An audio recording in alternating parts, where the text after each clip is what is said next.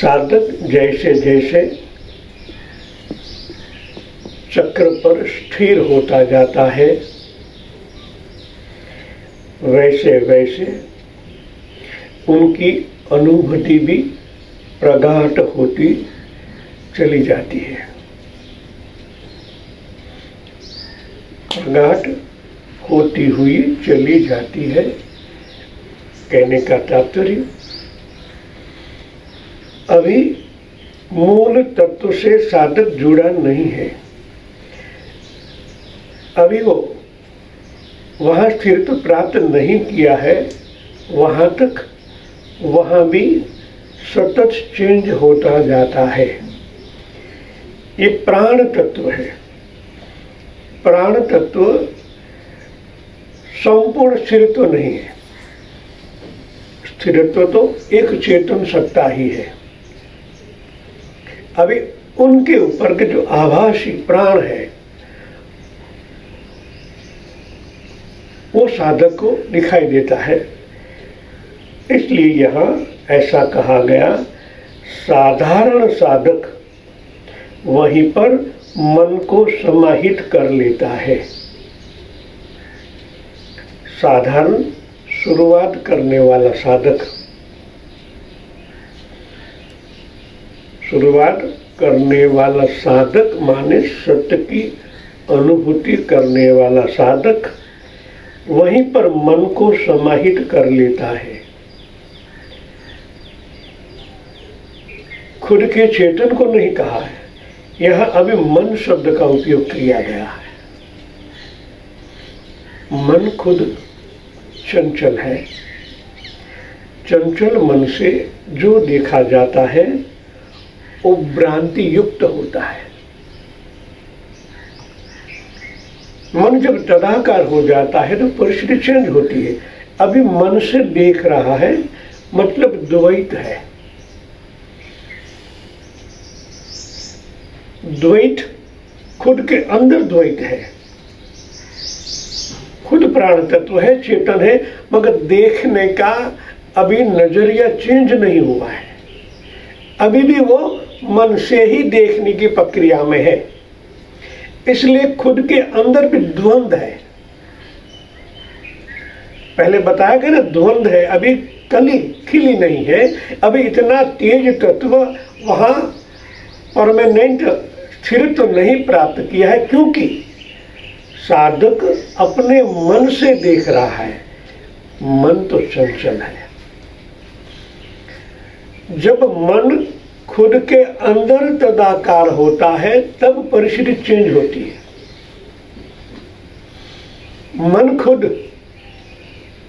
के साथ तदाकार होना, मन जिस चेतना से, जिस शक्ति से, जिस प्राण से देख रहा है, अभी उनका अनुभव करना बाकी है।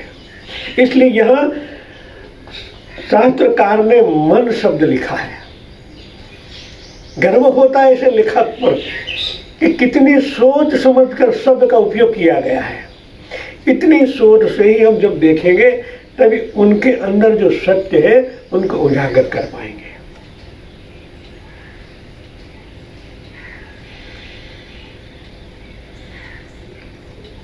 ऐसे वचनों पर गहराई से चिंतन करना चाहिए। कई लोग मूलाधार चक्र पर साधना करते हैं,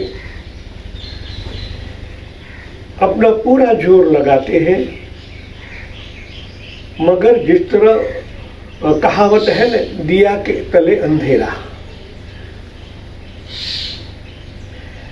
जहां तक मन ने खुद का अनुभव नहीं किया है, मन को सोचना चाहिए कि मैं कैसे चल रहा हूं, मेरे को चलायमान करने वाला कौन है।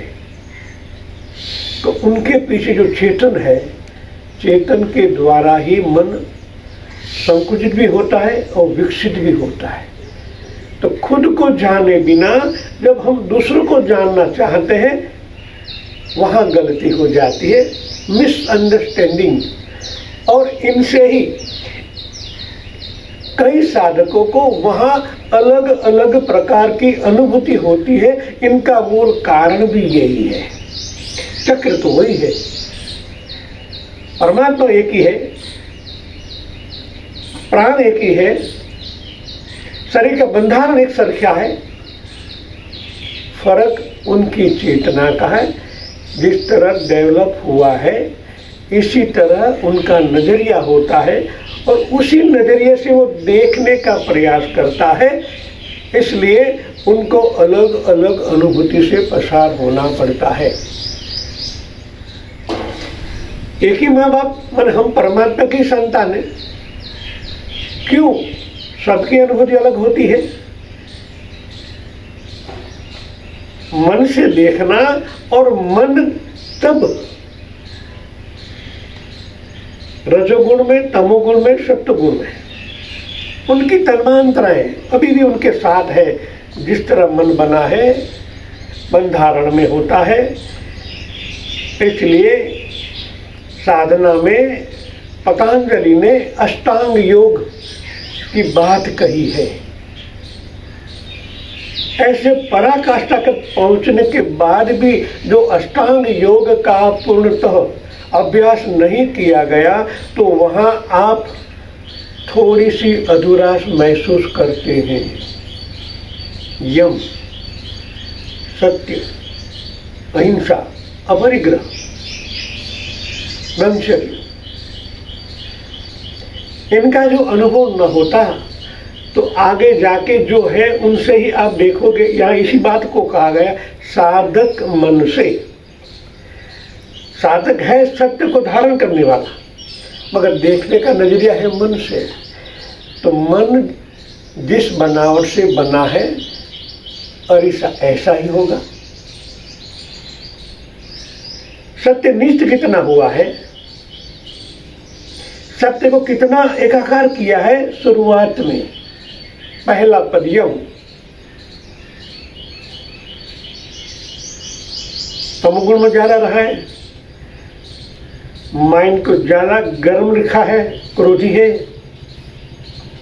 ये सब अवगुण लास्ट में आपको परेशान करेंगे, क्योंकि उनका सूक्ष्म अंश भी वहां रहेगा। तो इतना आपको डार्क दिखेगा, संपूर्ण तो नहीं दिखेगा, संपूर्ण अनुभव नहीं होगा।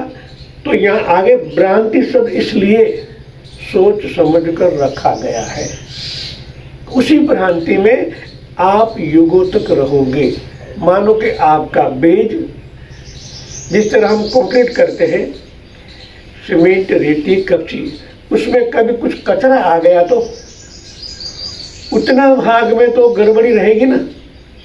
भले बिल्डिंग बना ली आपने, मगर उतने भाग में कचरा है और दूसरों को जोड़ने नहीं देता, एकाकार होने में दिक्कत आती है। तो यहां भी यही होता है, कई प्रकार का वहां मिश्रण होता है। आप भी हो, मन भी है, 5 तत्व भी है, 3 गुण भी है।